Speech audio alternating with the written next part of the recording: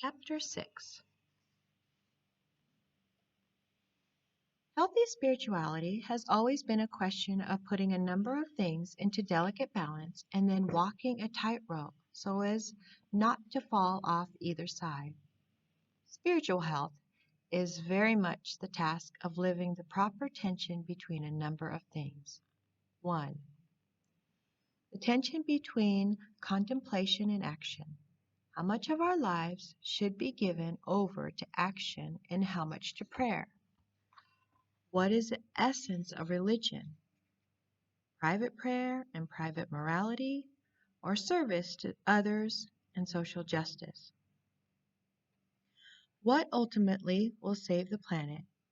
Soulcraft or statecraft? This tension is often depicted as the one that is described in the biblical passage of Martha and Mary. Martha engaged herself in the necessary task of serving others, while Mary simply sat at Jesus' feet doing nothing, but loving a lot. Jesus commends Mary, saying she has chosen the better part. Christian spirituality forever after has had to struggle with those words. Is prayer really more important than active service? The saints would have us do both. A healthy spirituality is not a question of choosing between Mary and Martha, but of choosing both. Contemplation and action, soulcraft and statecraft, loving and doing, prayer and service, private morality, and social justice. 2. The tension between the monastic and domestic. Where is God most easily found? In the church or in the kitchen? In the monastery or in the family? In a celibate monk's cot or in a marriage bed? At a shrine or in a sports stadium? The God we believe in is both the holy God of transcendent and the incarnate God of immanence. God is, in a privileged way, found in both the monastic and the domestic, the church and the world. A healthy spiritual life keeps a robust respect for both. 3. The tension between passion and purity. What is the secret for depth in sexuality? Passion or purity? What ultimately brings us a soulmate? Eros or Ah?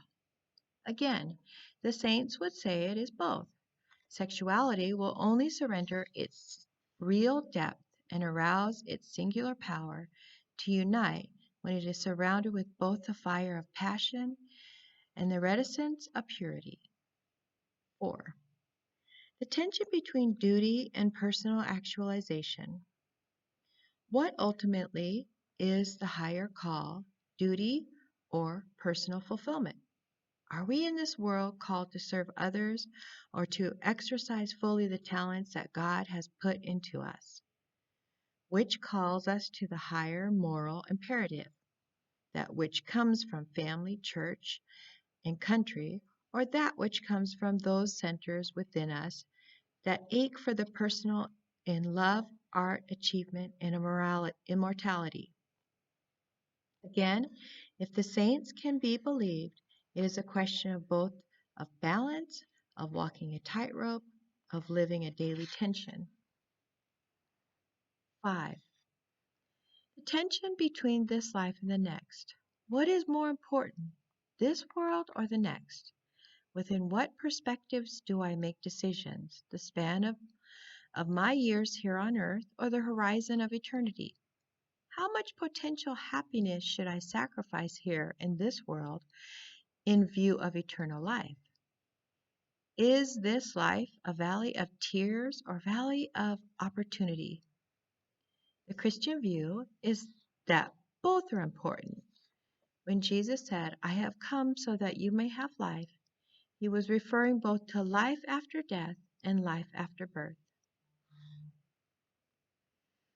The tension between intellect and will. What is more important, the head or the heart? By which should we guide ourselves? By which should we guide our lives? What should be the ultimate basis for our decisions, thought, or feelings? What is more valuable, insight or love? The wisdom of the saints suggests that a healthy spiritual life, not to mention a full humanity, demands both head and heart, thought and feeling, the rational and the emotional. Number 7. The tension between community and individuality. Are we in this world primarily to fulfill a person's vocation, or our primary purpose a communitarian one? Might an individual's personal freedom be sacrificed for the good of the group, or should the common good be less important than personal freedom? Again, a healthy spiritual life walks the proper tension between these polarities. It refuses to sacrifice the individual for the group, even as it asserts that we are essentially communitarian and that we have non-negotiable obligations toward community. Contemplation and action, the monastic and the domestic, passion and purity, duty and self-actualization, this life and the next, intellect and will, community and individuality. All of these, like a complete set of keys on a piano, are needed if we hope to play all the tunes that the various circumstances of our life demands. One is wise not to cut off part of one's keyboard.